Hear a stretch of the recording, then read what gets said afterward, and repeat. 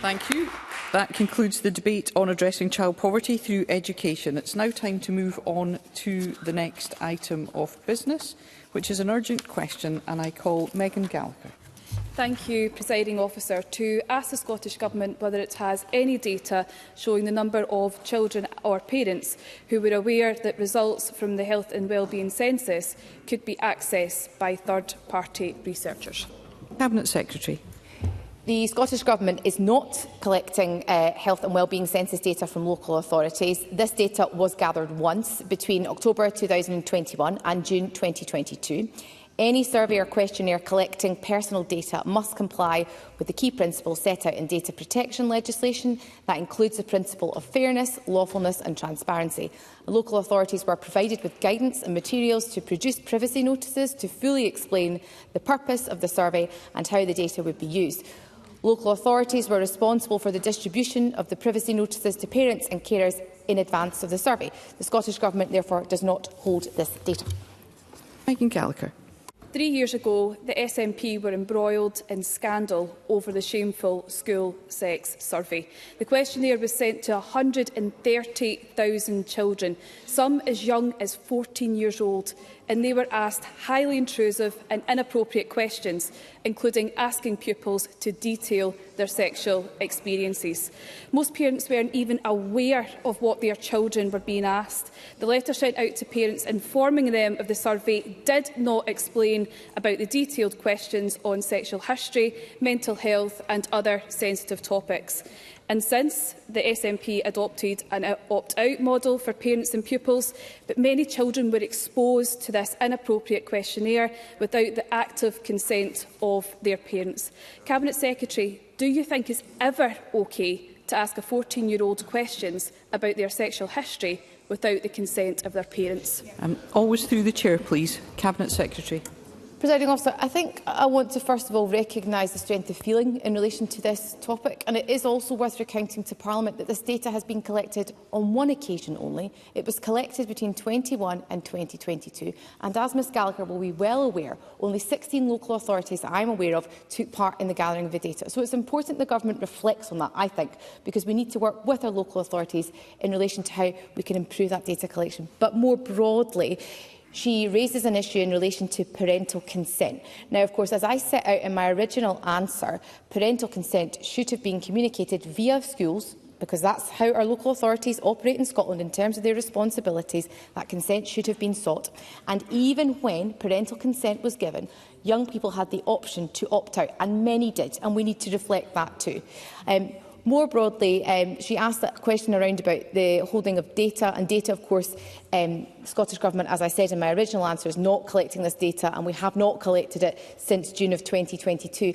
I, as Cabinet Secretary, have also taken a decision to pause how we collect this data. I think it's important we do reflect on that.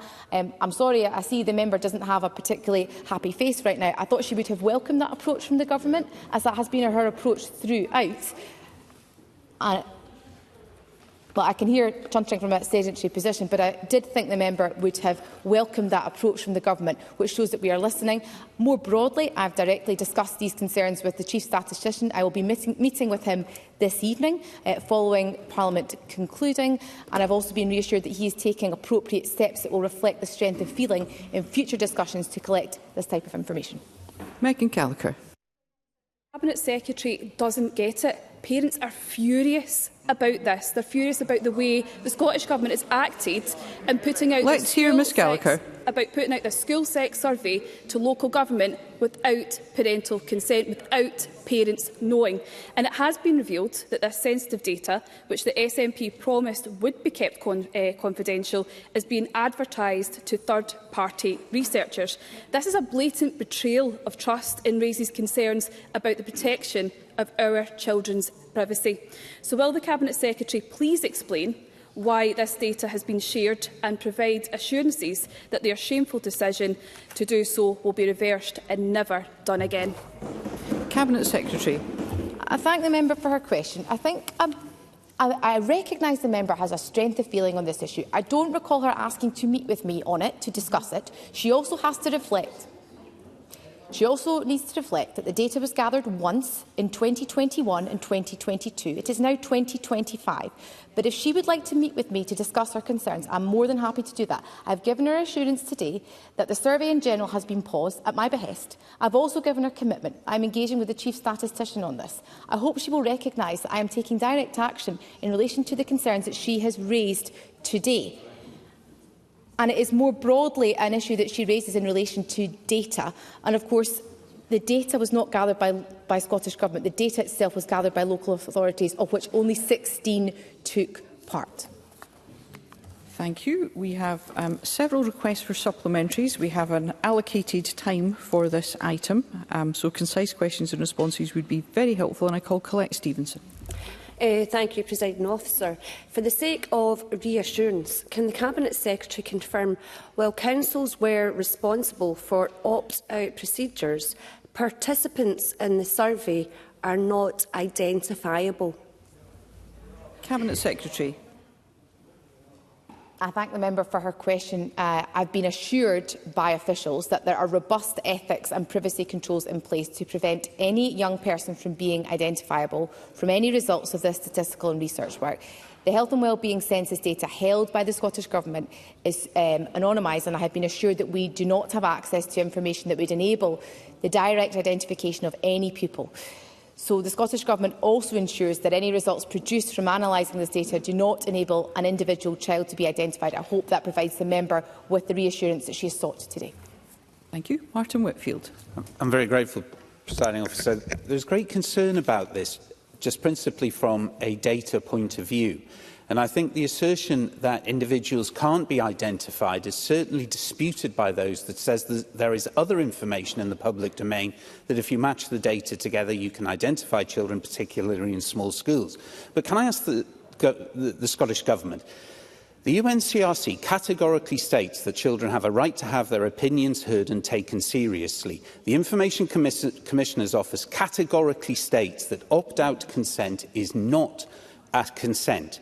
Consent must be opt-in. The Scottish Government requested this data. The local authority then took it out and fed it into schools, where teachers then requested young people and children to complete it. There is a disparity of power between a young person in a class and their teacher if they're invited to complete something. I hear what the Cabinet Secretary, and I absolutely welcome the suspension of any further, but can she look and answer the question about how an opt-out consent was the recommended way to obtain consent for children in relation to this data collected in 21-22? Cabinet Secretary. I think the member raises an important point. He made a point in his initial question around about the views of children and young people, which I think are hugely important. And of course, the Health and Wellbeing Census helps us to respond to those issues which children and young people are concerned about. And we know that throughout the pandemic, there were issues raised by the Children's Parliament, by the Scottish Youth Parliament, by YouthLink Scotland and by Young Scot, consistently indicating children and young people were concerned about their own health and well-being and those of others around them. So I think that is important. More broadly, he makes a point about opting out. As I understand it, parents were communicated with in terms of local authority responsibilities, and then, of course, if parents gave their consent, a young person could opt out. So this was not something they were forced to do, they were able to opt out. But I recognise the point. Well, I see the member is shaking his head at me. I'm more than happy to write to the member on this. He will also understand. I have paused data collection on this for reasons that have been rehearsed, I think, by Ms Gallagher today. But I'm also meeting with the Chief Statistician this evening. I'd be more than happy to write to the member on the specifics of his point with a more fulsome response. Jeremy Balfour. Thank you, President Officer. Cabinet Secretary, the introduction to the survey that was written using wording supplied by the Scottish Government promised children and their families that their answers would not be shared out with the local authority. It is now clear that that data had been passed on to the Scottish Government, but is now being shared with them with other third-party researchers. Will the Cabinet Secretary confirm who gave the directive to pass this information on to third-party researchers, and will she meet with me and my constituent, who was on BBC Scotland last night, who has campaigned on this, so that this can be further investigated with her? Cabinet Secretary. Well, I recognise the member's interest in this topic. I know he's engaged with the government on it historically. I'm more than happy to meet with him and his constituent on this issue. I heard the reports on Reporting Scotland last night. He raised an issue in relation to data collection and instruction. I spoke to officials and I have raised this issue with them. It did not, at my understanding, come from ministers, of course. This is part of the way in which data is shared across Scottish Government, so it's not unique to this data set, and I want to give him that reassurance. But I'm more than happy to engage with the member on the issue he's raised today. Thank you. Willie Rennie. I mean, this is very important, and it's important we get the data protection procedures right, and I'm pleased to hear that the Cabinet Secretary is taking it seriously. But I hope this doesn't prevent us from doing future work, because we need to understand what young people are thinking and how they live their lives, because this place can be detached at the best of times, and unless we do this work, we will be even more remote. So can I have an assurance from the Cabinet Secretary that she will make sure that future surveys are done correctly, but that we do future surveys so we understand what young people are thinking? Cabinet Secretary. Well, I think Mr Rennie raises a really salient point here. The gathering of this data is important for all the reasons that I alluded to in my response to Mr Whitford, but it's important we get this right. And I have to reflect as Cabinet Secretary that, for whatever reason, 16 local authorities across the country decided not to engage in the survey. So we need to work with local authorities in relation to how we can re-establish a more effective way of supporting them in that regard. And of course, the gathering of data in this respect is not a new thing that's been undertaken by governments for many, many years. We have the Health Behaviours in School-Aged Children survey that's run since the 1990s. The last round of HBSC took place between January and March of 2022. We have the long-standing Scottish Schools Adolescent Lifestyle and Substance Use survey, which I think has been undertaken since before I was born in 1982. We have issues routinely included in pupil surveys in other countries across Europe, including, of course, in England and Wales. So there are a variety of ways that different governments across the world gather data of these types of issues. I do need to reflect that I think we need to do better in the future in relation to how that's done. And I do hope that from my responses today to members, they've understood that that's the approach I will be taking going forward. Miles Briggs. Thank you, Presiding Officer. And I think we need to go back to the basics of this, and that is that this health and wellbeing census was organised and promoted by the Scottish Government to councils. Half of these councils said they would not partake in it, but the results of this were given to the Scottish Government, who have collated this data. So can I ask the Cabinet Secretary, what questions has she asked around why this has then been offered to researchers? What breaches of FOI confidence have we seen? Because a number of members, I don't think, have got a clear answer on that. And although she has said she has now suspended this and is investigating, what independent investigation of all this process will now take place? Cabinet Secretary. I thank the member for his question. I think I may have responded to this in a previous answer, but it is worthwhile saying that I've asked the Chief Statistician to write to Research Data Scotland to remove the health and wellbeing census from the data catalogue of their website. And I think this is the salient issue that's been raised today in relation to the sharing of that information. That means that data access requests to the health and wellbeing census by researchers will be paused whilst we undertake our consideration. So it's important that I now have an opportunity to engage with the Chief Statistician on that data set. More broadly, I think this does probably go back to Mr Briggs's question, which was around about direction. There was no direction, to my understanding, given to share this data. It was shared as a matter of course, as many data sets across government are. Thank you. That concludes the urgent question. The next item of business is consideration of business motion 16340 in the name of Jamie Hepburn on behalf of the Parliamentary Bureau setting out a business programme, and I call on Jamie Hepburn to move the motion. Move, Presiding Officer. Thank you, Minister. No member has asked to speak to the motion. Therefore, the question is that motion 16340 be agreed. Are we all agreed? The motion is therefore agreed. The next item of business is consideration of business motion 16341 in the name of Jamie Hepburn on behalf of the Parliamentary Bureau on a Stage 1 timetable. Any member who wishes to speak to the motion should press their request to speak button now, and I call on the Minister to move the motion. Move, Presiding Officer. Thank you. No member has asked to speak to the motion. Therefore, the question is that motion 16341 be agreed. Are we all agreed? Yes. The motion is therefore agreed.